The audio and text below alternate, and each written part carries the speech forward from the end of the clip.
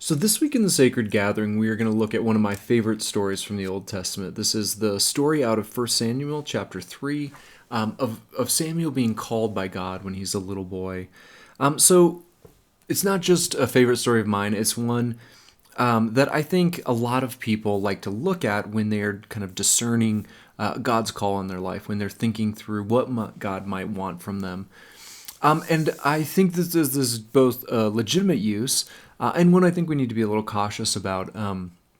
I've been looking at kind of the discernment process. I've gone through kind of ordination process with a few people recently.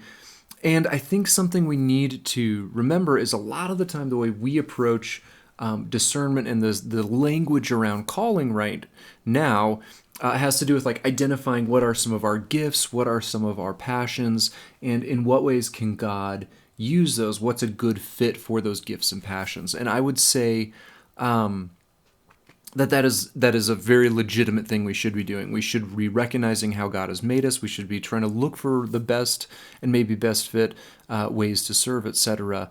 I'm not sure the fact that this story gets used in that context is totally makes sense always, as we'll see. Kind of a prophetic calling tends to be a bit more of an interruption. It tends to be less about, Samuel in this case, kind of feeling fulfilled and using his giftings and things well, versus God just simply needs someone who is willing. And I think specifically around prophetic calls, many times this is exactly what is going on when we see this in the Bible. So keep that kind of background in mind. A little more background is, so we're in 1 Samuel chapter 3, and basically chapter 1 and 2 have given us some background on who kind of both of these main characters in this story are. So first we find out about Samuel. Samuel is a miracle child. His mom is not having any luck having kids, and she is very heartbroken. She prays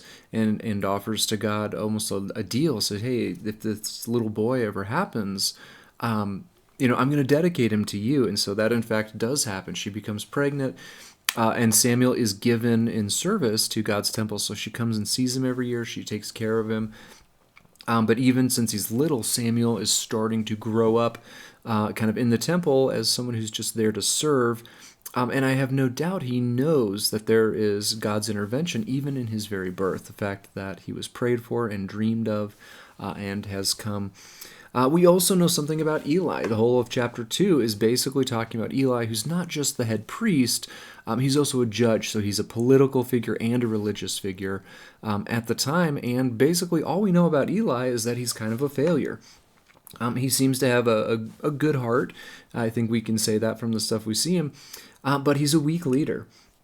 And his children, particularly his sons, become corrupt. They use his political authority, they use their religious authority to benefit themselves. So we know that they are taking and stealing kind of the best portions of everything for themselves, just as power often does, right? Including religious power. We also know that they're abusing this power sexually as well, that they are sleeping with the women who are there often to serve and do those sorts of things, and likely, with the power dynamics as they were in those days, these women probably could not say no, and so they're abusing their power in a couple different ways. They're doing kind of a, modern Hollywood Weinstein thing, and they're simply taking what was meant as an offering, as a gift to God, they are using to benefit themselves. And Eli knows about this, and he's not doing anything. And so before the story has even started,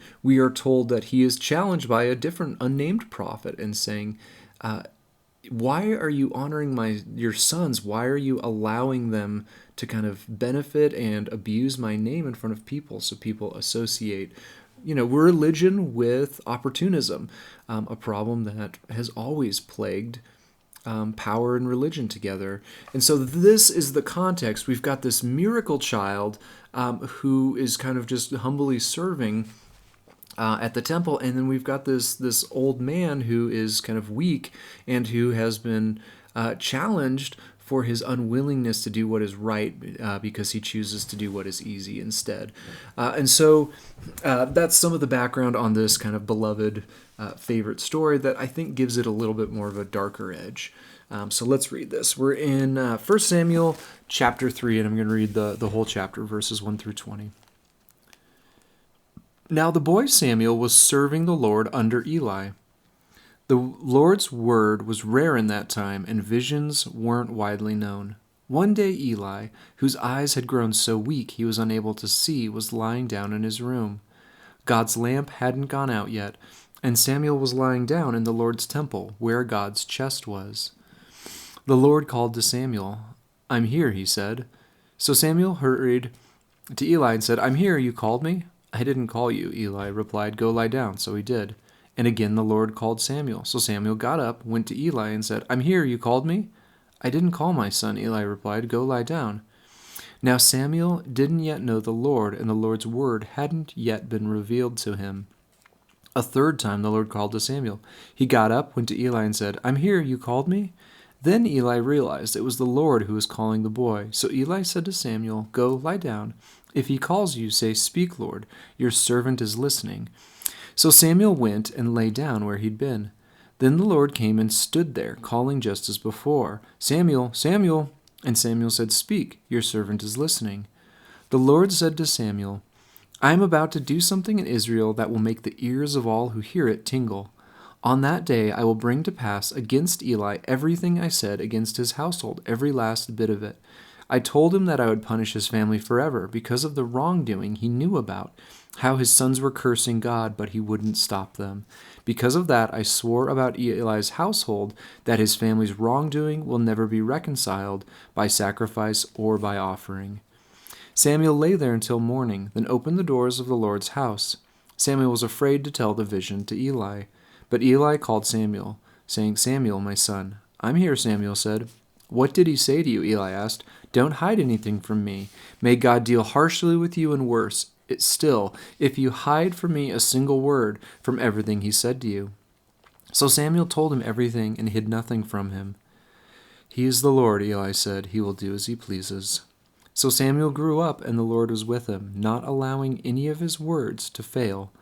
All Israel, from Dan to Beersheba, knew that Samuel was trustworthy as the Lord's prophet. So there's a lot of interesting things going on in this story.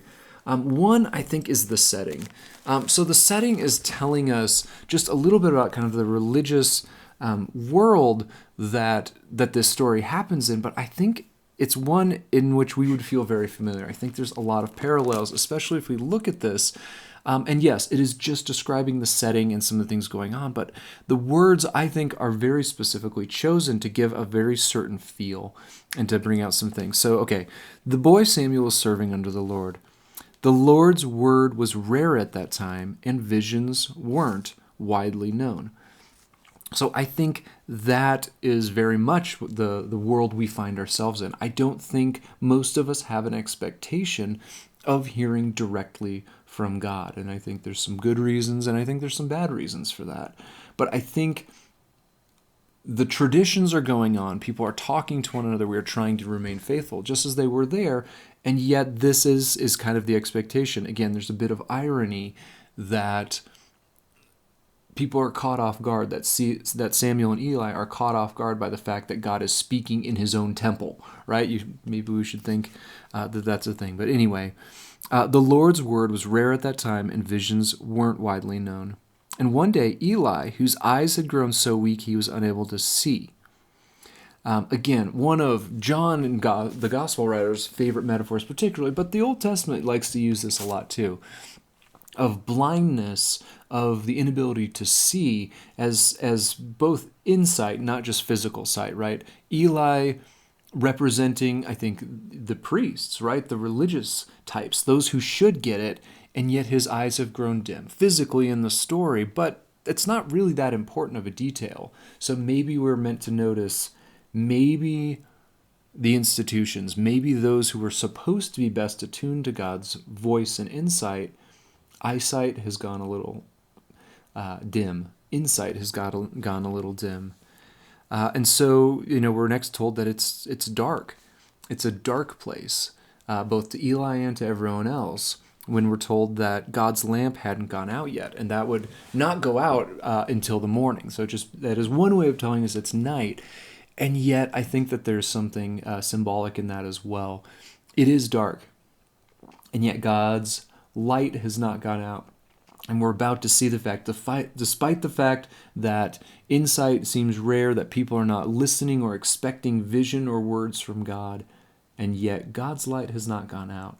Even in the midst of the darkness, even in the middle of the night, as this lamp is burning, we find a little boy who doesn't yet know God, and yet God is willing to talk to him. And so I think there's something to be said here from this little boy who is not expecting to hear God's voice, this little boy who is open to it, who's just there to serve, right? And yet God is interrupting this situation in which God's voice is rare, in which those who are supposed to be seeking him and representing him to the world are not doing so very well.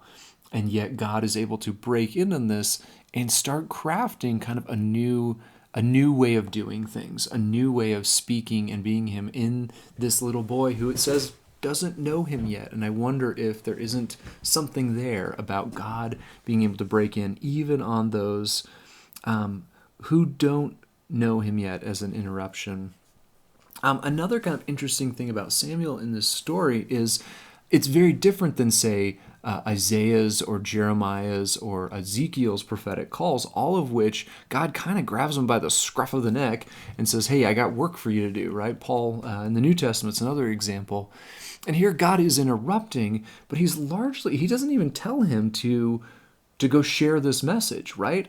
It's just giving him insight into something that Eli already knows.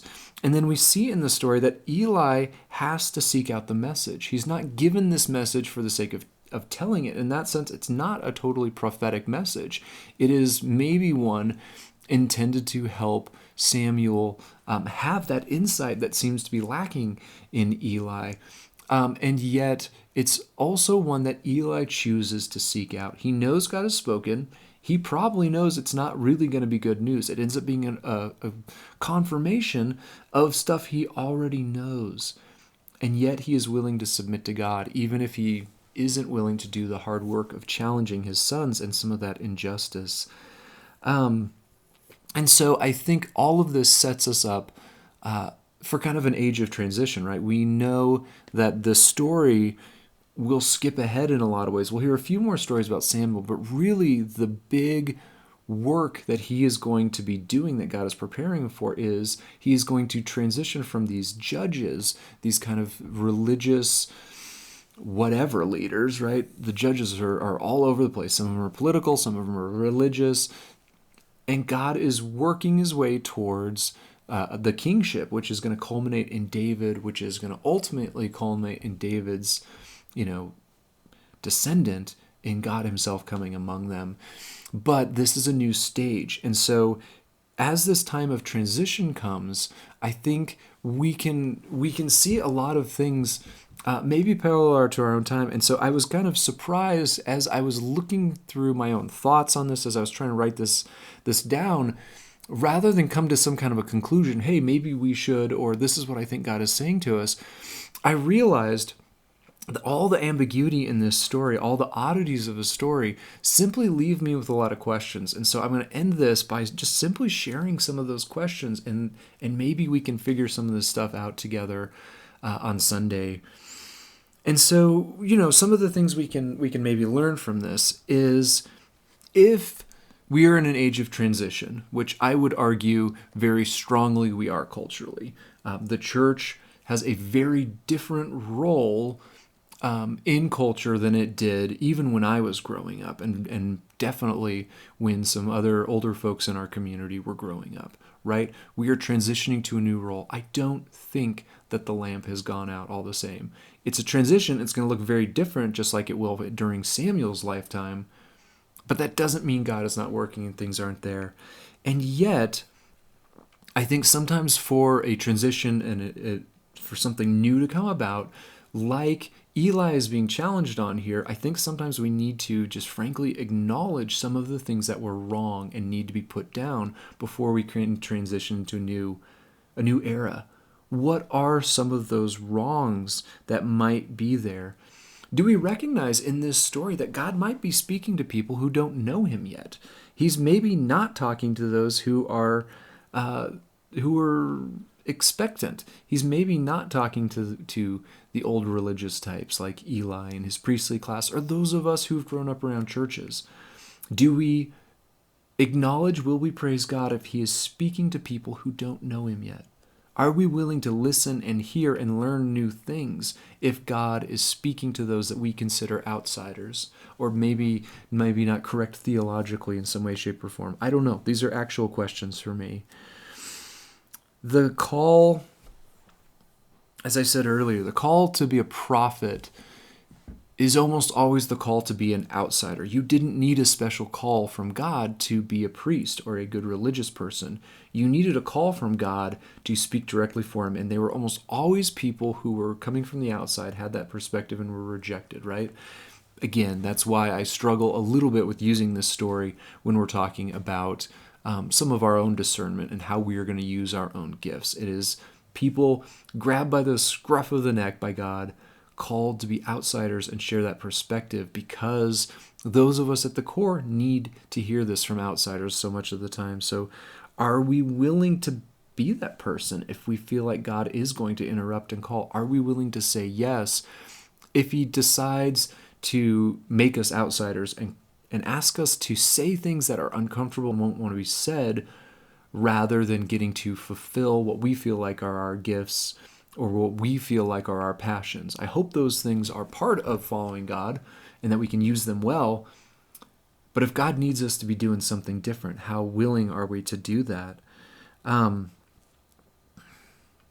next question was, I guess, are we willing to be interrupted? Are we willing to serve like Samuel was, right? He's there serving in the temple, and yet God interrupts his routine. Are we willing for God to do that? But at the same time, are we willing to be taught? Because one of the other odd things about this is Eli is not a real inspiring figure in the Bible overall, and yet he gets something right. He doesn't get it right away, what's going on with God here. And yet he's the one that gives us this insight, these probably most famous words from this story, one that we still use in the Fellowship of the Burning Heart and other times of silence, right? Speak, Lord, your servant is listening. This comes from Eli, the very mediocre priest. Are we willing to learn, even if we do feel called by God as outsiders? Are we feeling smug about our outsider perspective, about speaking for God in some ways? Are we willing to learn from even deeply flawed other human beings? Are we willing to learn from the establishment? Are we willing to learn from those who have gone before us? Are we young, cocky people like Samuel had the chance to be, but didn't? And then are we willing to grow in our knowledge? I love this final phrase here, that as Samuel grew up, the Lord is with him, not allowing any of his words to fail. He is growing in his knowledge of God, right? He starts out the story saying he didn't know God. God's word had not come to him. And yet he becomes a very powerful figure because he will know God's voice. He will know how to communicate what God has to give him.